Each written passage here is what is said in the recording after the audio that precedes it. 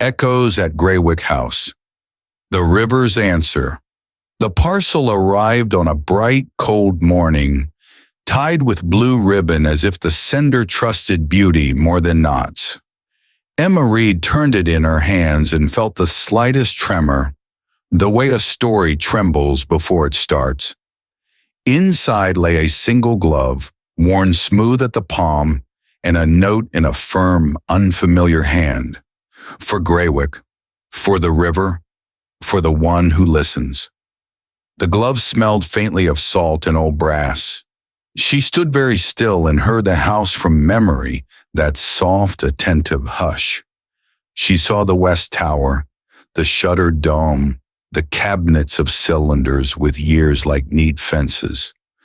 Most of all, she heard Lady Eleanor's regret, and Edmund Gray's storm-bright promise of a boy who listens. Emma folded the note and felt a sentence rise inside her. Say what you mean. Say it clearly. Say it kindly. Then do the thing. By noon she was on the Wintermere bus, her metronome tucked in her coat like a small brave bird.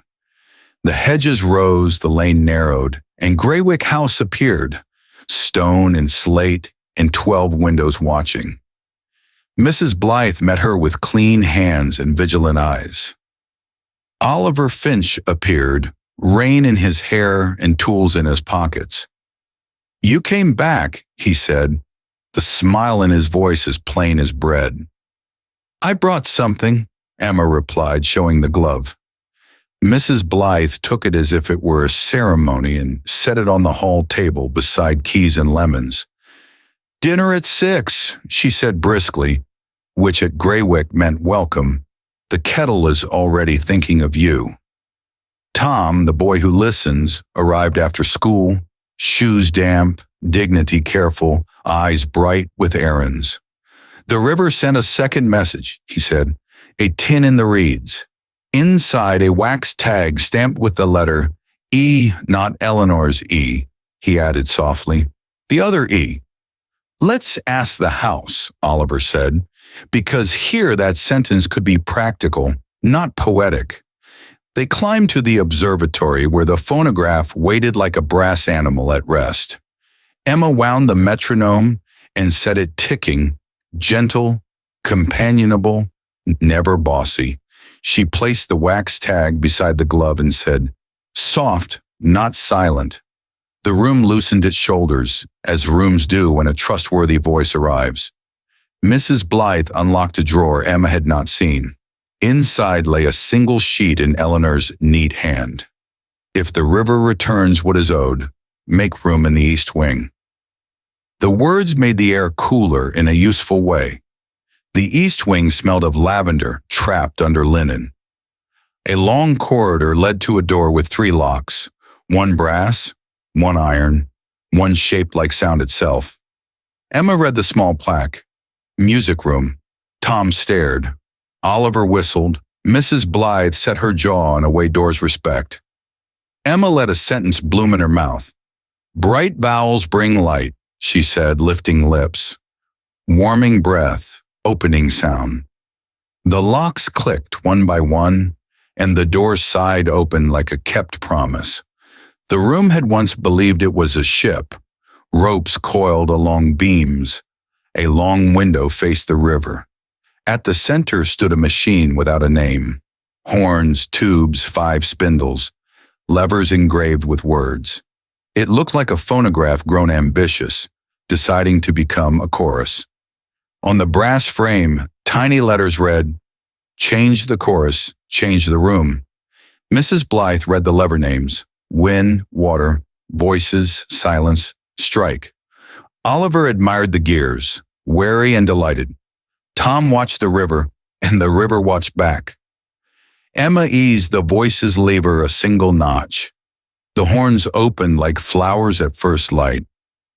The room filled with whispering, dozens of almost words like pages turning. She closed the lever, heart quickening. In a drawer, they found 3 felt-wrapped cylinders, each labeled in Eleanor's steady hand. Chorus, morning. Chorus, storm. Chorus, regret. They chose morning.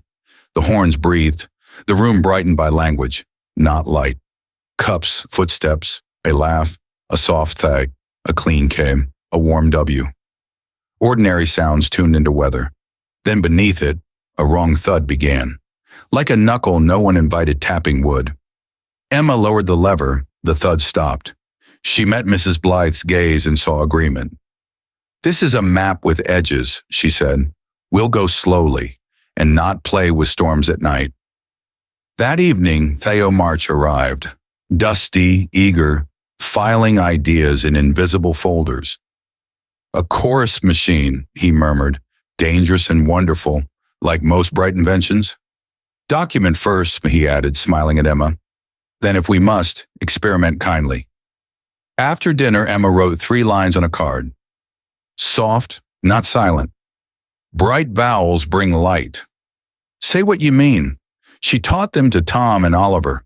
Even Mrs. Blythe spoke them once, perfectly shaped. At 10, the wind pressed its forehead to the panes. At 11, the hall clock hitched on 6. Soft, not silent, Emma said, smoothing the edge. The hitch obeyed like a proud dog choosing manners. At midnight, the river knocked, not water, not debris, an unmistakable knuckle. "Let me in," it said without words. Without words. "Not at midnight," Emma whispered, and the knock folded back into ripple. At dawn, she tuned the machine carefully. Wind low, water honest, voices warm. "Bright vowels bring light," she called, and the morning agreed with cups and laughter. But then cold copy slid in, thin and pinched, turning kindness into echo. "Say what you mean," Emma corrected, slow and clean.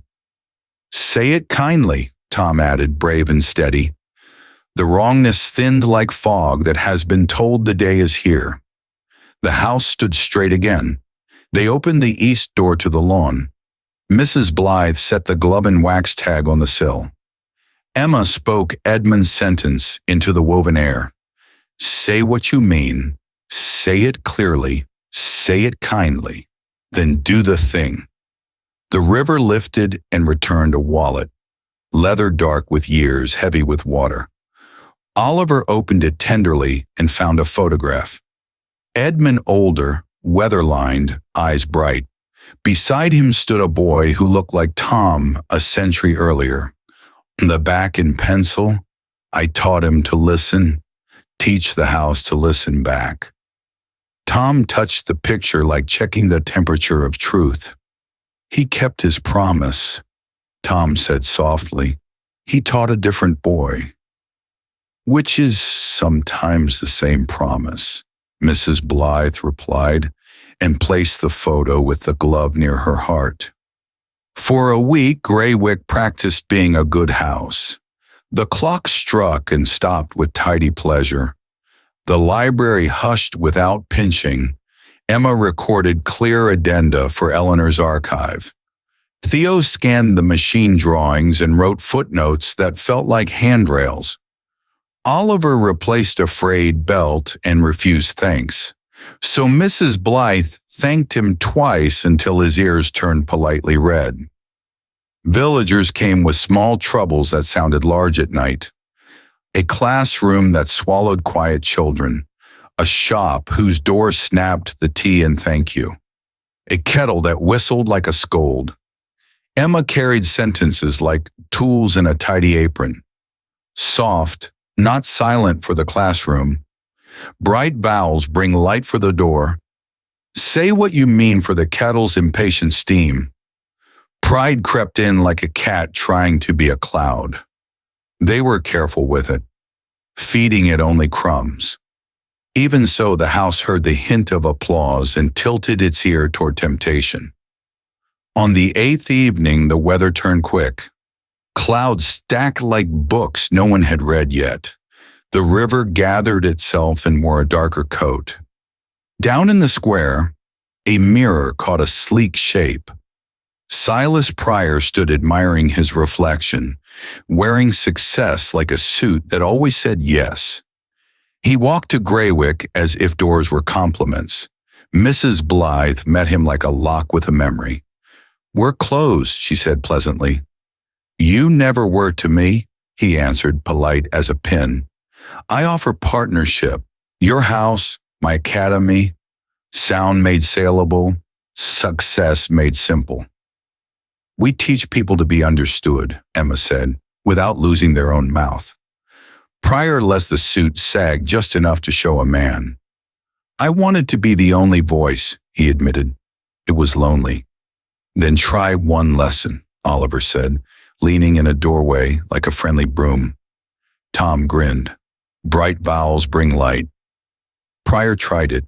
I bright, ow open, L landing kindly. "It's nicer to say than to sell," he murmured, surprised. He did not come in, and they did not invite him, but he left with shoulders less stiff than mirrors prefer. That night the river rapped once, not to enter, only to remind them it existed beside rules. Emma stood at the east door alone and gave the water a sentence it could keep. "We forgive without forgetting," she said, returning Edmund's mercy to its maker. Behind her the chorus machine rested, horns close, levers low, hum content. Morning brought work, clean and ordinary, then noon brought hurry. A squall rose like a rumor that had found shoes, and the river began to run wrong. "We'll need storm," Theo said quietly, "but in daylight and under discipline." They gathered in the music room, each standing where they could stay steady. Emma set Storm on a spindle 2, Morning on spindle 1, and left Regret wrapped like a sleeping dog. She tuned wind to a thread, water to a rope, voices to a hand. She spoke the scaffold aloud so Panic would have no excuse to improvise. "Soft, not silent," she said first, shaping like silk. "Bright vowels bring light," she said next, lifting the room. "Say what you mean," she said in the center, so everything else could lean without falling. She added a new line, crisp and calm. "Quiet courage carries crews." The cue kissed the back of the mouth. The sea landed clean, a phrase for boatmen and breathers alike. Tom repeated it until it sat like a compass. Emma lifted voices one notch. Morning hummed warm. Storm whispered warning. The window showed water licking the lawn. Oliver nodded once. "Now." Emma lowered the lever that married the two choruses. The machine spoke weather in sentences. Wind that would not bully, water that would not boast, voices that gave instructions people could wear, soft, not silent, rolled through halls and along hedges. "Bright vowels bring light," lanterned the bank. "Say what you mean," shaped orders on the bridge. "Quiet courage carries crews," steadied hands on ropes. Down by the bend, boats met the water like partners. Children were ushered onto higher steps. Dogs coaxed off curious adventures. Shutters closed without slamming. For a moment, wrongness fought back. One horn began copying in that pinched, cold way, turning courage into command, kindness into control. Emma heard it and did not hurry. She set her mouth and scrubbed the phrase clean. "Quiet courage carries crews," she repeated, placing the Q gently, the G gladly, the S softly. Tom echoed her, then Oliver, then Mrs. Blythe like a bell. The false singer ran out of breath. The room held the right key again. The river, which respects rhythm when given one, chose to calm rather than compete. Rain loosened its grip. Wind decided to be busy elsewhere. The lawn returned to being lawn, not a proposal for a pond. Emma let the machine down by degrees as one lowers a frightened cat back to the ground. Storm to silence, morning to memory, voices to the size of a human room. They stood in the new quiet and learned its shape. Theo exhaled a scholar's laugh, relieved and small. Oliver sat on the step and tied a better knot. because triumph is best anchored. Mrs. Blythe brewed tea that tasted like rescue. She placed a cup in Emma's hands and said nothing, which from her meant everything, including well done and eat a biscuit now. News came along evening, not grand, just grateful. A fisherman tapped his cap at the gate. "Your house sings sense," he said. "Keep it that way." A teacher sent a note with neat corners. "Your sentences turn down the classroom thunder." A barista wrote on a receipt, "Cappuccino calmer since the door learned its vowels." Pryor did not return with bottles. He sent a single envelope instead, containing a card that read, "I am learning to be present, not perfect." They clinked their cups for that, and then went back to mending small things.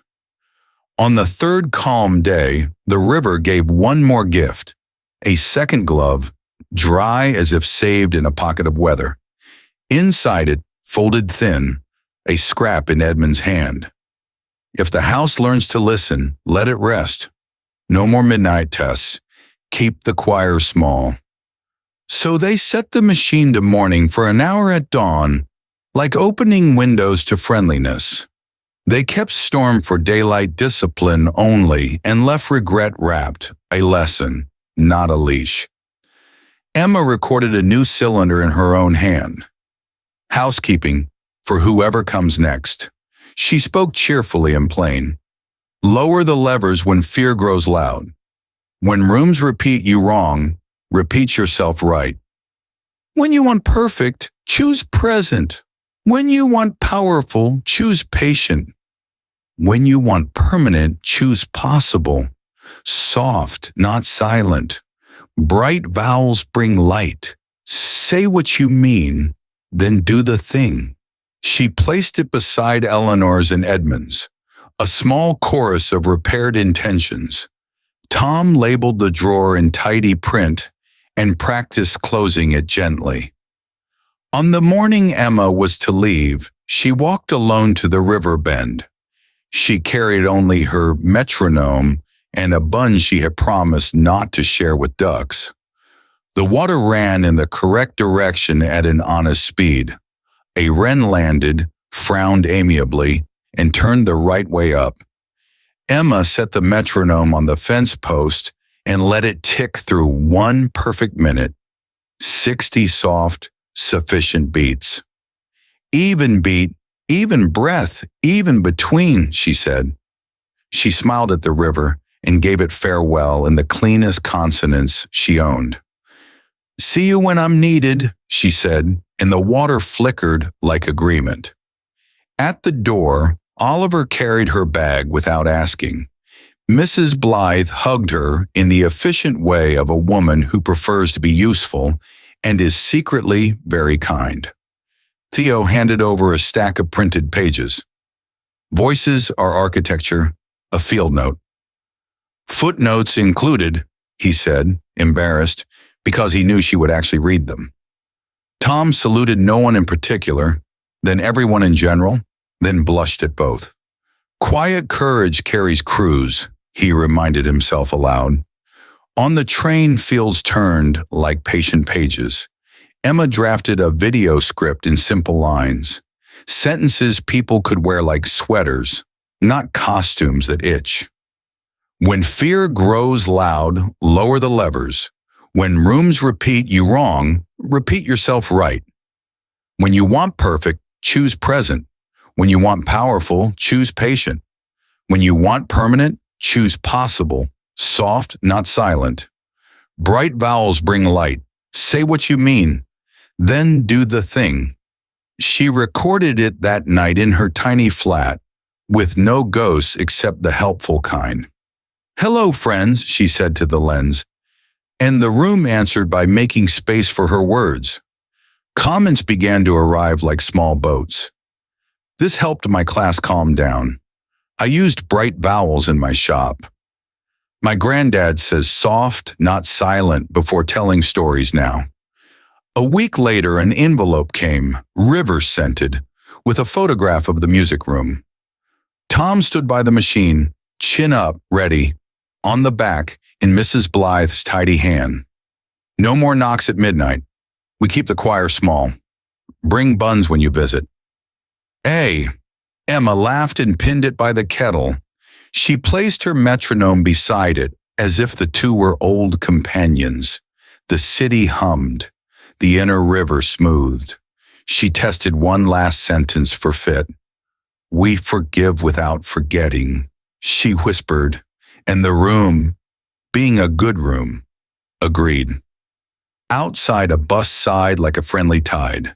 Inside, the minute held still long enough to be noticed. Then it flowed on, the way good time does, carrying with it a glove, a photograph, a chorus, and a handful of sentences bright enough to bring light.